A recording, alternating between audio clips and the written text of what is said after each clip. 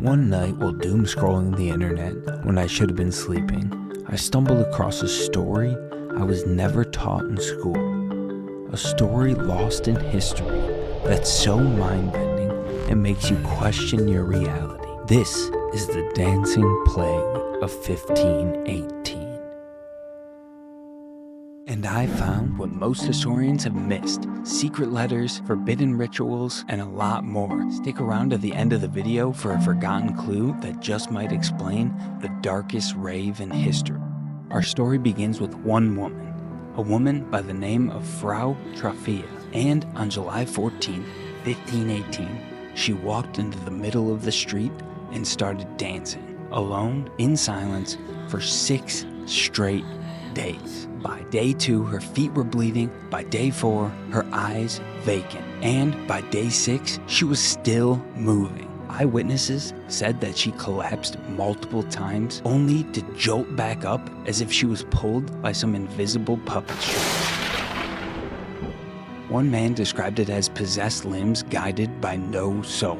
Within a week, dozens joined her. By the end of the month, over 400 people dancing in the streets. Reports say 15 people a day died at its peak. And here's where it gets disturbing. Authorities, they didn't try to stop it at all. Quite the opposite, actually.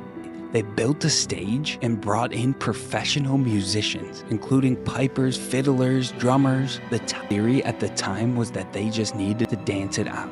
A local monk's journal recently uncovered claims some dancers screamed about visions of demons. Were they hallucinating, possessed? It turns out they thought it was a religious curse, a punishment from Saint Vitus, the patron saint of dancing. In the forest nearby, there are documented rituals as early as the 14th centuries where villagers danced at shrines to ward off disease and misfortune. The Strasbourg outbreak happened less than 50 miles from one such shrine. The most popular theory? Ergot poisoning, a toxic mold that grows on rye. It causes hallucinations, muscle spasms, and even death. But here's the problem. Experts from the University of Oxford have pointed out that ergot poisoning has never affected entire cities and has never caused days of non-stop movement. Plus, the outbreak happened in July when stored grain would have already been eaten or discarded. Also, in 1518, Strasbourg was a growing trade hub. A rare detail I found in a merchant's letter while doing research for this video mentions strange powders arriving from the east just weeks before Frau Troffea started dancing. What if it wasn't ergot, but an unknown psychoactive substance, like an ancient stimulant or amphetamine?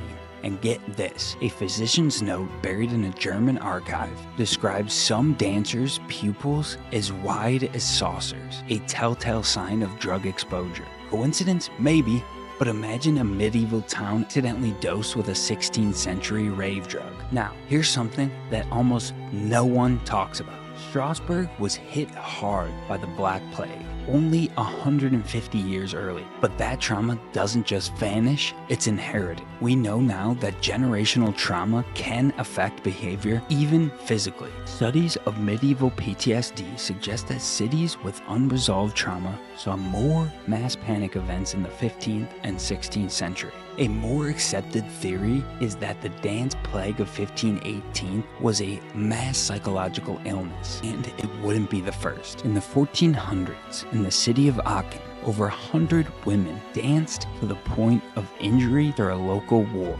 Could this explain it? Do you think something like this could happen today, or has it already happened? By September, the outbreak stopped. Survivors were taken to the shrine of Saint Vitus, and some never walked again. Others were never seen again. A letter from a monk in 1519 claiming that several dancers vanished into the woods and were later found living as beasts, covered in mud, speaking gibberish, and afraid of music forever.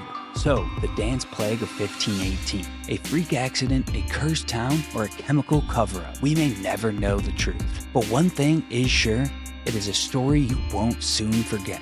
I want to know what you guys think in the comments below. And if you like mysteries like this, smash that like button, subscribe to the channel because we got a lot more planned. Thanks again, guys, for watching. We'll see you in the next one. Peace!